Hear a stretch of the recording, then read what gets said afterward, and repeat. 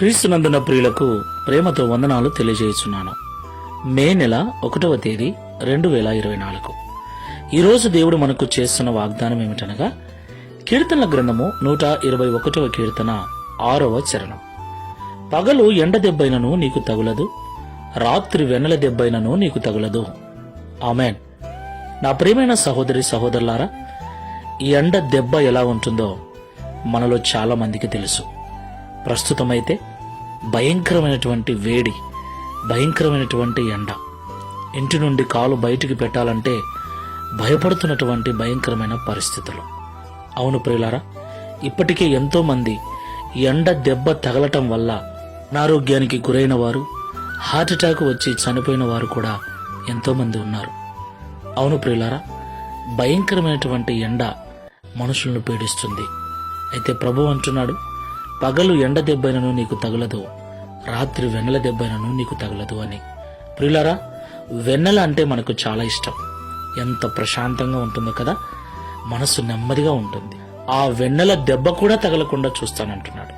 దేవునికి మహిమ కలుగును గాక. దేవుడు మన పట్ల ఎంత శ్రద్ధాశక్తులు కలిగి ఉన్నాడు. మనం ఆరోగ్యంగా ఉండాలని, సౌఖ్యంగా ఉండాలని దేవుడు ఎంత కోరుకుంటున్నాడు కదా. అయితే ఈ పరిస్థితుల గుండా మనము వెళుతూ ఉన్నప్పుడు మనం ఇబ్బంది పడకుండా ఉండునట్లు ప్రార్థనాపూర్వకంగా మన మార్గములను, మన పనులను దేవునికి అప్పగించాలి. ప్రార్థన మన చుట్టూ, మన ఇంటి చుట్టూ కంచెను వేస్తుంది. ప్రార్థన మనకు ఎంతో ధైర్యాన్ని ఇస్తుంది. ప్రార్థన దేవుని యొక్క కృపను మనకు తోడు చేస్తుంది. ప్రార్థన మన యొక్క జీవితాన్ని ఆశీర్వదిస్తుంది. దేవుడు మనకు నియమించిన ఆయుష్కాలం అంతా కూడా సుఖంగా, సౌఖ్యంగా జీవించినట్లు ప్రార్థనాపూర్వకంగా మనం జీవిద్దాం. ఆరోగ్యంగా కన్నుమూసి దేవుని రాజ్యం చేరుదాం. ప్రార్థన చేసుకుందాం. ప్రేమ స్వరూపుడా, పరిశుద్ధుడా, మీకు స్తోత్రాలు. పగులు ఎండ దెబ్బైనను, రాత్రి వెన్నెల దెబ్బైనను తగులదు అని ఉదయకాల సమయంలో మాతో మాట్లాడారు. అవునయ్యా, ప్రస్తుత పరిస్థితులు భయంకరమైనటువంటి ఎండతో నింపబడి ఉన్నాయి. ఇంటి నుండి బయటికి వెళ్లిన వ్యక్తి ఆరోగ్యంగా తిరిగి వస్తాడన్నటువంటి నమ్మకం లేదు.